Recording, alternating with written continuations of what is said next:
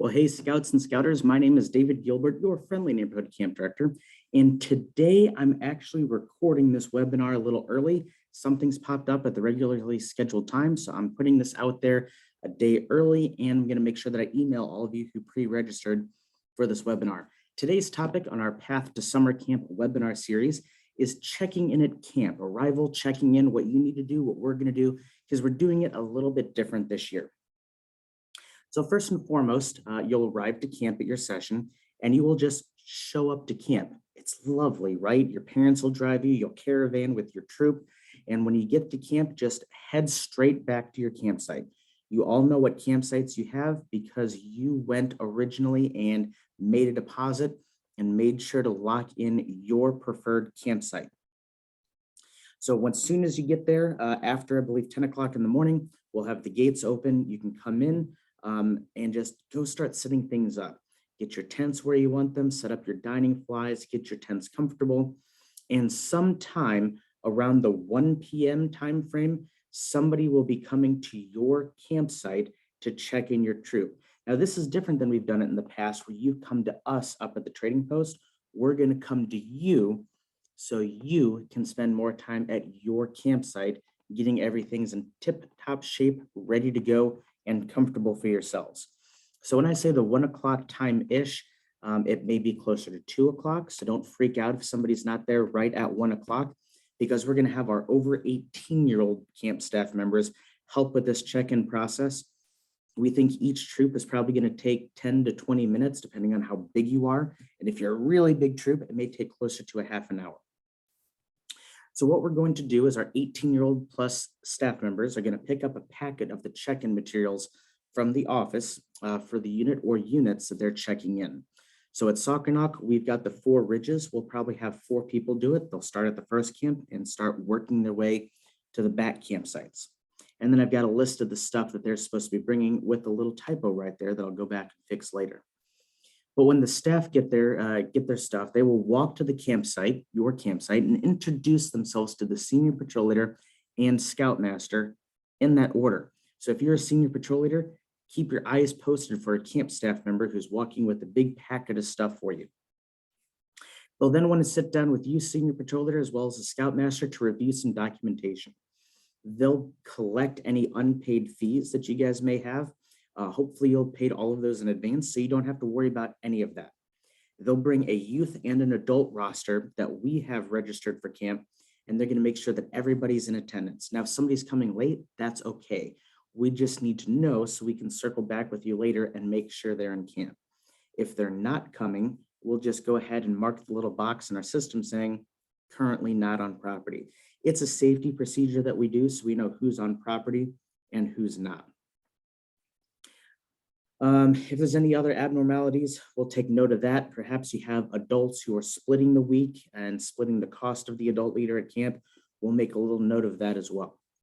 When you register for camp and you enter your scouts, Mr. Scoutmaster or Mrs. Scoutmaster, into the summer camp system, you will have an option to put in food allergies. Please, please, please, please do this now so we can run the report, give that to my dining hall director, and she can make sure that we have kosher, halal, vegetarian, vegan, whatever we need for your campers before we show up at camp. Because it's really complicated when they're working on getting dinner ready and doing the dining hall orientations, and we have to stop and send somebody into town to get some food because we didn't know ahead of time there were special dietary needs. We'll give you a copy of the camp newsletter. At Soccernock, that's the Thunderbird, and at Eastman, that's the Paddle Wheel, utilizing the names of our totem for each camp. And then we're going to also give you a copy of your Scouts program schedule. We worked with our summer camp registration system website company, and they have it now where it's 1 kid per page, so you won't need to bring scissors this year to cut them up. Anybody who is the honor of getting called out for the Order of the Arrow or tribe will need to turn in a permission form in order to get called out. Those are due at noon on the day of that society's call out. Now, even if you're unsure of a scout getting called out, I would still recommend them signing the permission form and giving it to us at the check-in. That way you don't have to worry about it. And if the scout doesn't get called out, it's no skin off your back, but at least they are following the Scout motto and being prepared. But in the case that you don't do that ahead of time, they have to have them in by noon on the day of the call out, or they cannot get called out. We will then take a look at all of the health and medical records. And what our staff are specifically looking for is helping out our health officer. They're going to be confirming that we have a health form for every person on property. They're going to confirm that they're filled out in their entirety. So you didn't skip anything. You have copies of the immunizations and the insurance cards stapled at the back of it. And they're going to look for the parent and the doctor's or nurse practitioner's autograph saying that, yes, they did have the physical. For Weeblos and Cub Camp, you do not need to have Part C. Cub Camp is less than 72 hours. Weeblos Camp is scheduled for 72 hours, and we're making a presumption that you're going to show up at least a minute late or leave 1 minute early on Sunday based upon the timing that we have. They're also going to, once again, double check for food allergies. They're going to look for if you have anything in particular like an EpiPen. If we do have an EpiPen on a Scout or an inhaler because the Scout needs it, we'll probably call that Scout aside real quick and ask him where he keeps it. So that way the Scoutmaster knows where it is in case of emergencies, and we can scribble a note that the EpiPen is kept in the backpack on the person. It's kept on his waist in a little pouch. It's kept in her backpack that she leaves in the tent. So that way, if the Scout does get stung by a bee or something of the sort on your campsite, we know exactly where an EpiPen is in case we need to wait for our medic, our health officer, to get halfway across camp. And then, of course, we want to see you back in 2023. So we're going to make sure that we collect your campsite form, or at least give you the option to take your campsite form and deposit for 2023 to lock in your week and lock in your campsite. Then that staff member is going to continue on down and check in the next group. So really the longest and hardest part of that is just flipping through the med forms, and that should be pretty quick. The third step of that for our camp staff is your campsite guide, who will be somebody else, usually one of our program staff members or a couple counselors in training who are trained to do this. They will be there as well, and they will take your scouts and leaders on the orientation. This includes a tour of camp, and we always get some questions each year. Well, I've been to this camp before. Do I really have to go again? I highly recommend it because from year to year, we move where merit badges are going to be. We shift some things around a little bit. So that way, you know where all of the activities, merit badges, lessons are going to occur, because sometimes we'll take the Scoutcraft stuff and we'll do them in the handicraft shelter as opposed to Scoutcraft, or potentially they'll be at the Longhouse. Same with Eastman. I personally like having nature in the outdoors and in a building, but we will have the Sullivan Nature Center available to us this year since we're not following as many COVID procedures. And so that'll be housing the majority of our STEM stuff. So making sure that you know where everything is. You'll go to a patrol orientation at Green Bar, talk about patrol names, yells, cheers, spirit. You'll notice as we go through that, as well as the daily campsite inspection, we're really focusing on the patrol method, because in the words of our founder, the patrol method is not a way to run a scouting program. It is the only way to run a scouting program. So if you follow the Scout Handbook and you're not running a patrol method, you are not running scouting, and we want to support your unit as we make sure that you are preparing young men and young women to make ethical and moral choices over their lifetime. Once you go through that, we'll talk a little bit about how to make your campsite more comfortable. Senior patrol leaders, senior patrol leaders council meetings, you'll head to the dining hall, go through that orientation, go to the waterfront, go to that orientation. If you do have swim check verification forms, if you have gone ahead of camp and you've done the swim test and you've gotten a lifeguard to sign off on that, bring that directly to the waterfront with you. Now, bear in mind that our aquatics director can choose to refuse to acknowledge that, okay? The 21-plus-year-old National Camp School certified Red Cross certified aquatics director is ultimately responsible for what happens at that waterfront. So if she decides not to recognize those tests, if she decides she wants to see every scout hop in the water, she has the right to do that.